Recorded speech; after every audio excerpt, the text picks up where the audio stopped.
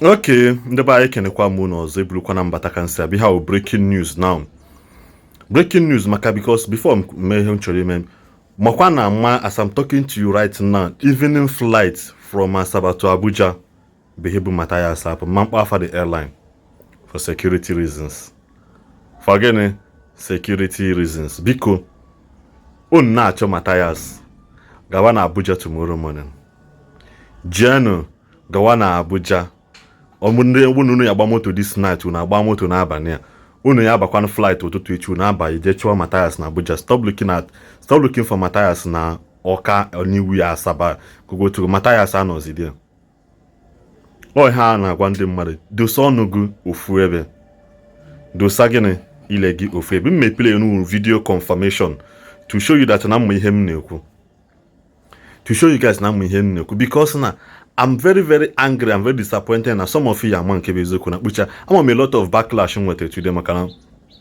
Don't post to Matthias. Man, then I say, nah, you are leaving. If you want to leave honorable. I don't want to hear that you are leaving. Because some way bata, maram bata. What? All this emotional blackmail could not say, yeah, I'm about to lose followers. Gaba. You know, go Gaba. 3 people left, 6 people join one. Oh, double cover. Actually, as long as I'm passing the right message that see, if obu no ipo ka obu no ipo na my page ka governor of Anambra State that the whole eastern governors follow him, let it be so. Or kita say okay, somebody am man society they are following because na offer ihe na post the person follow him because you left. I will be very glad that maybe na anochisu uzo you don't comment, you don't share. Ekuzi nke gbasata gị ịgbakiriwa na na apụ dial self. So, because this is a very breaking news. So, because no, for the good of everything, Gawana Abuja Jechowa Matthias Ezeaku. I can categorically confirm with this video kita uno ya watch. Ngwana nandeba neneno video and I will keep giving you updates concerning the arrest of Matthias. So by tomorrow, I want to house ikuzi in Abuja. I put to their call, then I will get back to you people. Makasi ene nyangu itanya ge megini obonyu oko. Ebe akuni ya na full latest update concerning Matthias. Akwa se no da anu ihe. O se no da anu ihe. I na-ekwu. Ịmaghọ mgbe iko gị eju. Ịmaghọ onye imeja as we stand, as we are now talking. Onwere onye ya akọwa nwesị gị na the particular person ji Matthias because he has stepped on so many toes.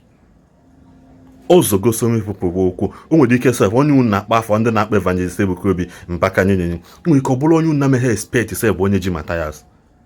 Which people will not know until the right time. Until again, the right time. Ekene mono. Cordon on boards on the bay. Emaro. As I speak to you now, let me give you information. Matthias Ezeaku Ejiofor as I speak to you now. But in the comment section, yeah, you are aware.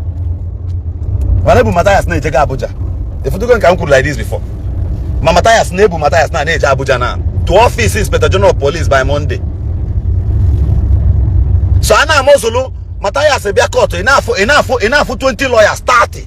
San free. Give your own in abroad. You do for ya. Oh, he want to cook with one blogger that no they home with a message of an Ezeaku problem. When the blogger is guilty, more Palace of Justice letter pleaded on behalf of Onyan Wagena. Even Prestige Visa pleaded because I'm chairman. You may be thinking your money is long and all that. Call Abia. The top officer sunu nenyego. There is no way. There is no way in this life you can eat your cake and have it. Matthias, the end of this video now, I still tell you this. I am sorry for whatever that must have happened to you, and I appeal to whomsoever they concern to please hapoke nawa nekabo one night. Man, be careful.